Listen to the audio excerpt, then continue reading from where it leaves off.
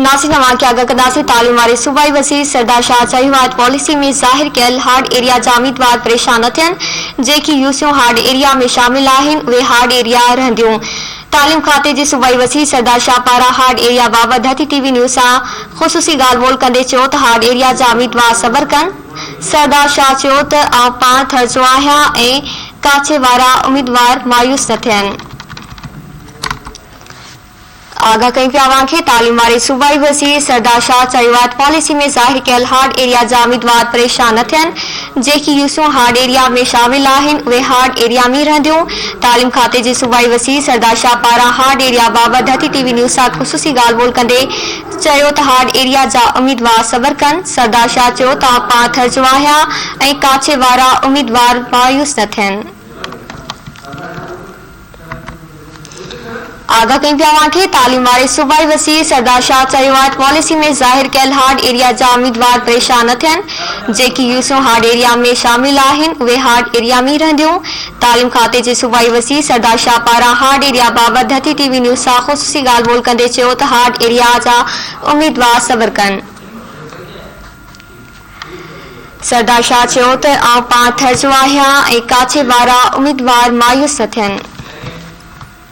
रुकियल न आहिनि, असल में जनरल नतीजा निकिता आहिनि, उन्हनि खे वरी मैन्युअली आणींदा आहिनि। सही, त मुंहिंजी ॻाल्हि थी आहे पंहिंजी वाइट सां क्लियर थियल आहे। उहो बिल्कुलु अची वेंदा, जेके डिक्लेयर थियल आहिनि उनजा नतीजा अची वेंदा, परेशान न। थर जा नौजवान ॾाढा परेशान अथव, 100 कालू मूंखे आयूं अथव थर पार करण। थर वारा थोरो सब्र घटि वठनि ऐं काछे वारा सब्र घटि वठनि त तकड़ घटि कनि, हो थी वेंदो सभिनी।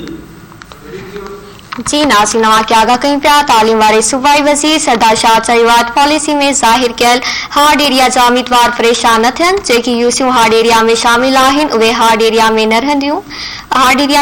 तालीम खाते जे सूबाई वज़ीर सरदार शाह पारां हार्ड एरिया बाबति धरती टीवी न्यूज़ सां ख़ुसूसी ॻाल्हि ॿोल कंदे चयो त हार्ड एरिया जा उम्मीदवार सब्र कनि। सरदार शाह चयो त आउं पाण थरजो आहियां ऐं काछे वारा उम्मीदवार मायूस न थियनि।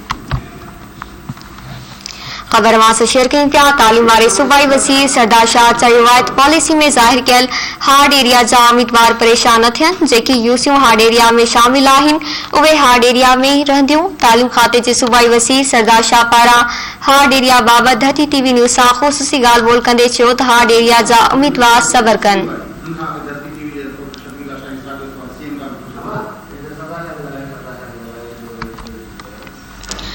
आगा कई पिया के तालीम वारे सूबाई वज़ीर सरदार शाह चयो आहे पॉलिसी में ज़ाहिर कयल हार्ड एरिया जा उम्मीदवार परेशान न थियनि। जेकी यूसियूं हार्ड एरिया में शामिल आहिनि उहे हार्ड एरिया में रहंदियूं।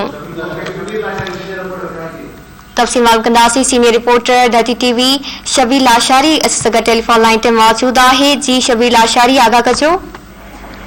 जी बिल्कुल, तालीम खाते जे सूबाई वज़ीर सरदार अली शाह धरती टीवी न्यूज़ सां ख़ुसूसी ॻाल्हि ॿोल कंदे चयो आहे त हार्ड एरिया जा जेके उम्मीदवार आहिनि उहे मायूस न थियनि। जेका भर्तियुनि जी पॉलिसी आहे IBHS वठण दौरान जेका पॉलिसी जोड़ी हुई उन पॉलिसी में सिंध जा उहे इलाइक़ा ऐं यूसियूं जेके हार्ड एरिया डिक्लेयर कयूं हुयूं या हार्ड एरिया में शामिल कयूं हुयूं उन्हनि जा नतीजा जेके अञा ताईं रुकियल आहिनि उन्हनि ते उम्मीदवार मायूस न थियनि। जल्द उन्हनि यूसियुनि जा जेके रुकियल नतीजा आहिनि उहे पधरा कया वेंदा। हिकु सवाल जे जवाब में तालीम खाते जे सूबाई वज़ीर सरदार अली शाह धरती टीवी न्यूज़ सां ख़ुसूसी ॻाल्हि ॿोल कंदे चयो त हू पाण थर जो रवासी आहे, उन करे थर जा नौजवान ऐं काछे जा नौजवान या सिंध जे ॿियनि हार्ड एरिया जा जेके नौजवान आहिनि उहे परेशान न थियनि, थोरो सब्र कनि। जेके बि हार्ड एरिया में 33% ते पास थिया आहिनि उन्हनि जूं जेके लिस्टूं आहिनि उहे जल्द लॻायूं वेंदियूं। सरदार अली शाह जो चवणो हो त हार्ड एरिया में 33% ते उम्मीदवारनि खे पास करण खां पोइ बि अञा केतिरी सीटूं जेके आहिनि उहे बचनि थियूं। उम्मीदवार जेके मायूस आहिनि अञा ताईं IBA उन्हनि ठीक है, वही मेहरबानी शबीर लाशारी तफसील से।